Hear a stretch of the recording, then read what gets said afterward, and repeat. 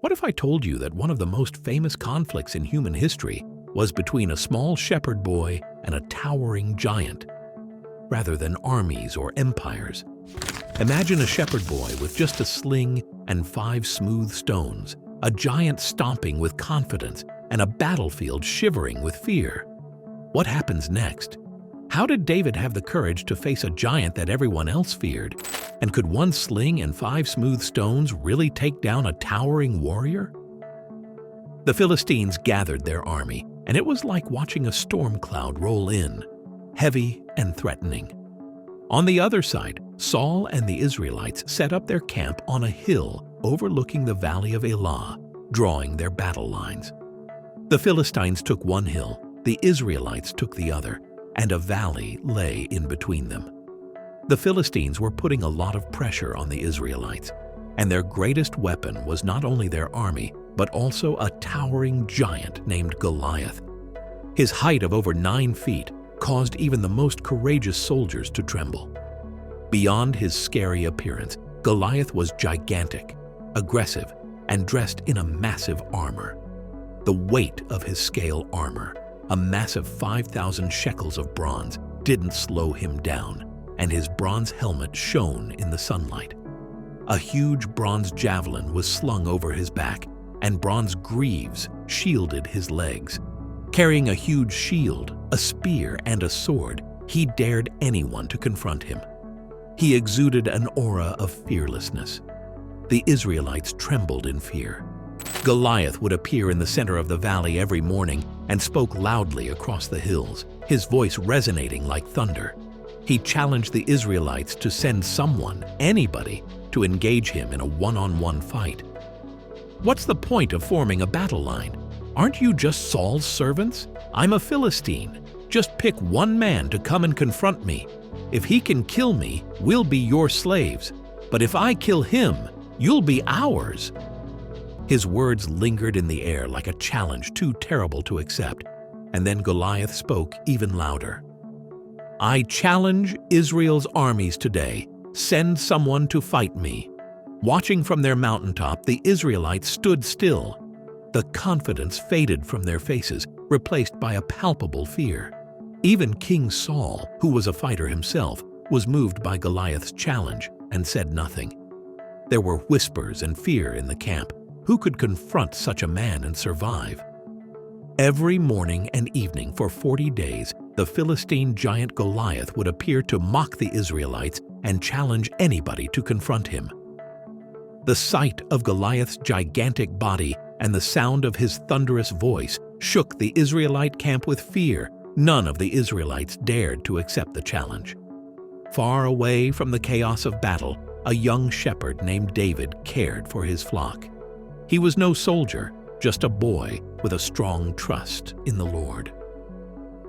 As the youngest son of Jesse from Bethlehem, David spent his days taking care of his father's sheep, while his older brothers Eliab, Abinadab, and Shammah fought with Saul's army. One day their father sent David to deliver them food. As he arrived at the camp, he overheard Goliath's challenge. David was shocked by what he heard. Israel was ridiculed by the giant, and not a single soldier dared to step forward. David expressed his shock at Goliath's foolishness. Who is this uncircumcised Philistine to defy the armies of the living God? He yelled. He asked the men surrounding him why no one defended Israel's honor. When his brothers heard him, they became furious. They yelled at him, asking him to return to his rightful place among the sheep. But David had a burning conviction in his heart. As always, he was confident that the Lord would keep Israel safe. When King Saul learned of David's courage, he called him. As David stood in front of the king, he confidently said, "I'll fight him." Saul didn't believe it. Saul paused. After all, he was just a youngster. He remarked, "You're just a boy, and Goliath has been a warrior since his youth." However, David described how he had fought off bears and lions to save his sheep. David felt confident that the Lord would save him today, just as he had saved him back then. In 1 Samuel 17:37, David declares his faith. "The Lord who delivered me from the paw of the lion and the paw of the bear, will deliver me from the hand of this Philistine." Saul was impressed by David's faith and determination, so he gave David his own armor after reluctantly consenting. But the armor was far too bulky and heavy, so David decided to skip it. Instead, he chose what he knew best: a stick, his reliable sling, and 5 smooth stones from a nearby stream. David entered the battlefield with nothing except his faith. When Goliath saw him, he laughed. The valley echoed with the giant's mocking words. "You send a boy to fight me? Am I a dog, that you come at me with sticks?" Moreover, the Philistine cursed David by his gods. He said, "Come here, and I'll give your flesh to the birds and the wild animals." David did not react. With a firm and confident voice, he yelled back. In 1 Samuel 17:45, David says, "You come against me with sword and spear and javelin, but I come against you in the name of the Lord Almighty, the God of the armies of Israel, whom you have defied. The Lord will bring you into my arms today, and I will strike you down and chop off your head. Today the whole world will know there is a God in Israel when I give the Philistine army's bodies to the wild animals and birds. Everyone present here will know that it is not through sword or spear that the Lord brings salvation. The battle is the Lord's, and he will place all of you in our hands." As Goliath charged forward, towering and terrifying, David didn't back down. Rather, he ran directly at the behemoth.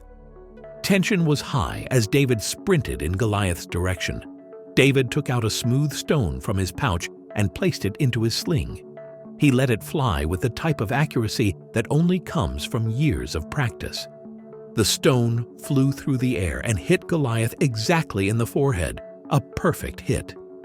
The unthinkable happened in an instant. With a powerful thud, the mammoth landed on the earth after losing its balance. David quickly grabbed Goliath's own sword and ended the fight by chopping off his head.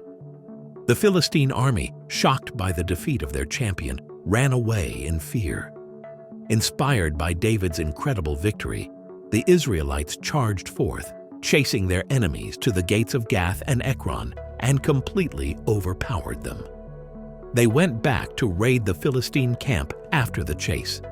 David kept the giant's weapons for himself and took Goliath's head to Jerusalem as a trophy. Upon seeing David's victory, Saul turned to his commander, Abner. "Whose son is this young man?" he asked. Abner admitted he didn't know, so Saul ordered him to find out.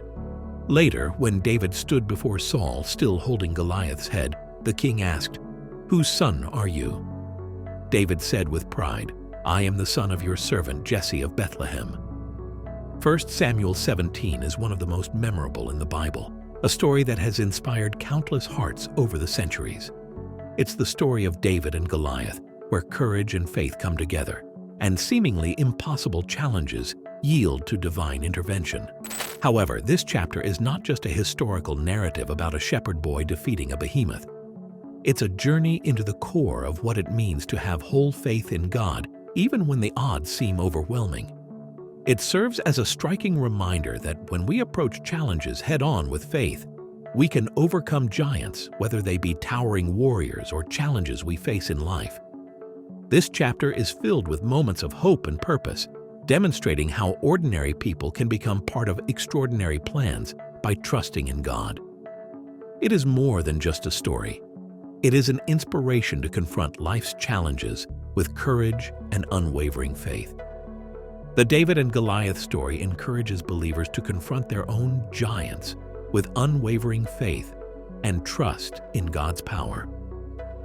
Let's see how this timeless story might manifest in our daily lives. Start by taking a moment to reflect on what is most pressing in your life. Those fears or seemingly impossible challenges. Is it a difficult health condition, a tense relationship, or financial difficulties? Bring these difficulties to God in prayer, believing that He will handle what feels too big for you, just as David did not back down from the towering Goliath. David entered the battlefield without waiting for someone else to take action. In the same way, taking a risk could mean calling that person, beginning that project, or facing that fear. Like David, have faith that God will lead and strengthen you at every turn. Ultimately, it is up to Him to give the victory.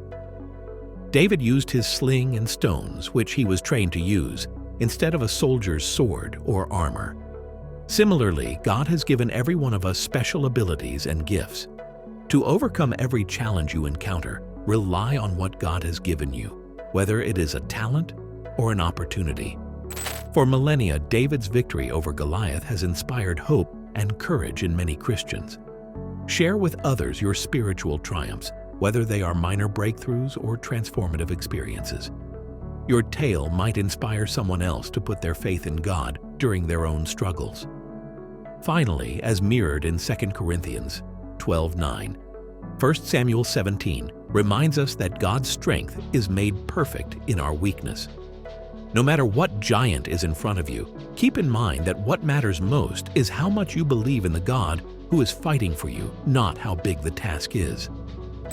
And there you have it, one of the most famous stories in the Bible, David and Goliath. Whether you're hearing this classic tale for the first time or revisiting it, this timeless story serves as a reminder that when you have faith, no giant is too big. Have you ever been in a situation so overwhelming that your only choice was to put your faith in God? We'd love to hear your story. Share your experience in the comments, and let's inspire each other. Don't forget to like, share, and subscribe for more uplifting content.